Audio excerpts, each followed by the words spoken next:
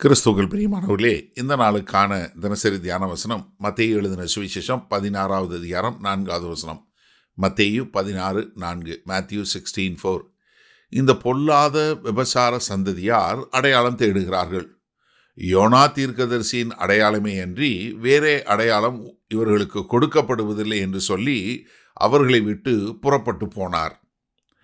இப்போ இங்க அவங்க என்ன பண்றாங்க?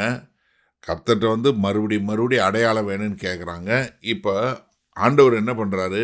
அவங்கள ரொம்ப கடுமையாக விமர்சிக்கக்கூடியதா அவர் என்ன சொல்கிறாரு? நீங்கள் இவ்வளவு அடையாள அற்புதங்களை பார்த்துட்டீங்க, அதனால் அவங்கள என்ன பண்ணுறாரு?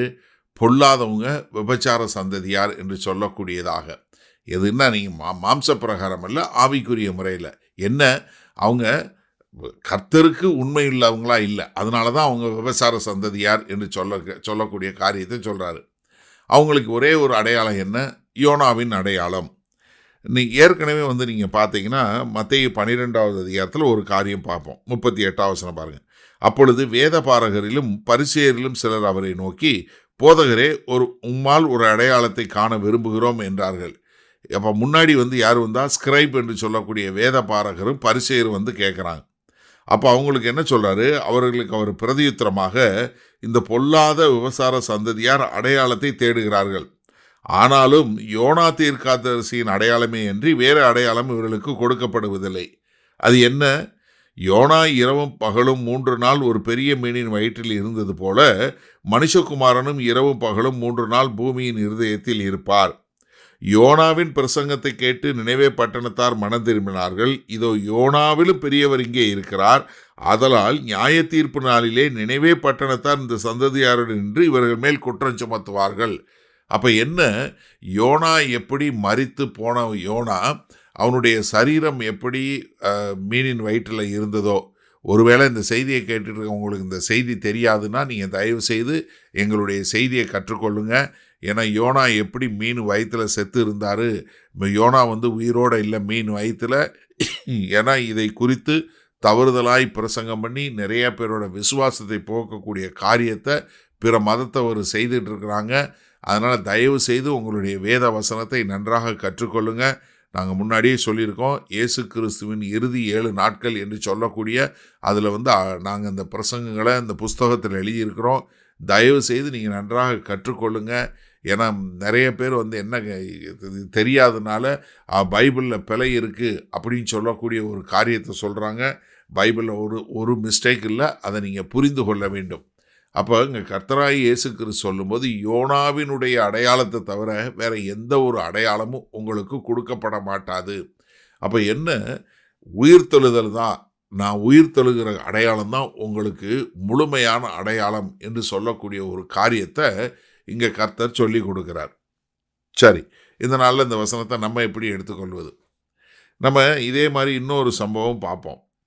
ஆண்டவர்கிட்ட கேட்பாங்க, ஒரு அடையாளம் கொடுங்க அப்படின்னு சொல்கிறதுக்கு முன்னாடியே ஆண்டவர் என்ன சொல்வார்? அங்கே நீ யார், அது அடையாளத்தை காட்டு அப்படின்னு சொன்னோடனே யோவான் 2வது அதிகாரத்தில் 19வது வசனத்தில் அவர் சொல்வார், இயேசு அவர்களுக்கு பிரதியுத்தரமாக, இந்த ஆலயத்தை இடித்து போடுங்கள், 3 நாளைக்குள்ளே இதை எழுப்புவேன் என்றார். அப்போ உடனே அவங்க யூதர்கள் என்ன பண்ணுறாங்க? இந்த ஆலயத்தை கட்ட 46 வருஷம் சென்றதே, நீர் இதை 3 நாட்களுக்குள்ளே எழுப்புவீரோ என்றார்கள். என்ன? ஏரோது 46 வருஷம் கட்டின ஆலயத்தை நீ 3 நாளில் எழுப்பிடுவியா எப்படின்னு சொல்லி கேட்டாங்க. அவரோ தம்முடைய சரீரமாகிய ஆலயத்தை குறித்து பேசினார்.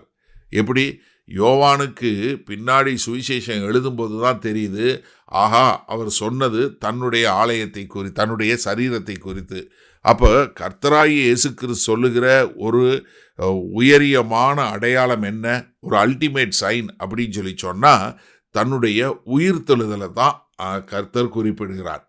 அப்போ என்னன்னா, நீங்கள் தேவையில்லாமல் இந்த அதிசயம், அற்புதம் இதெல்லாம் விட்டுட்டு கர்த்தராகி இயேசு கிறிஸ்து வந்தார், மரித்தார், உயிரோடு எழுந்தார் என்கிற அது ஒன்றே நீங்கள் இந்த செய்தியை கேட்டுக்கொண்டு இருக்கிற ஒவ்வொருவருக்கும் ஒரு தைரியத்தையும் ஒரு நல்ல விசுவாசத்தையும் கொடுக்கக்கூடியதாக இருக்க வேண்டும். அப்படி இல்லைன்னா எப்படி தெரியுமா? நீங்கள் என்ன அர்த்தம் தெரியுமா? இந்த கலங்கரை விளக்கம் என்று சொல்லக்கூடிய லைட் ஹவுஸ் இருக்குல்ல, அது கீழே நின்றுக்கிட்டு நான் மீன் பிடிக்க போகிறேன், எனக்கு ஒரு டார்ச் லைட் கொடுங்கன்னு கேட்டால் எப்படி இருக்கும்? அதே மாதிரி தான், அவ்வளோ பெரிய கலங்கரை விளக்கம் லைட் எரியும் போது, இல்லை எனக்கு ஒரு சின்ன டார்ச் லைட் இருந்தால் நான் போயிட்டு வந்துடுவேன்னு சொன்னால் எப்படி இருக்கும்?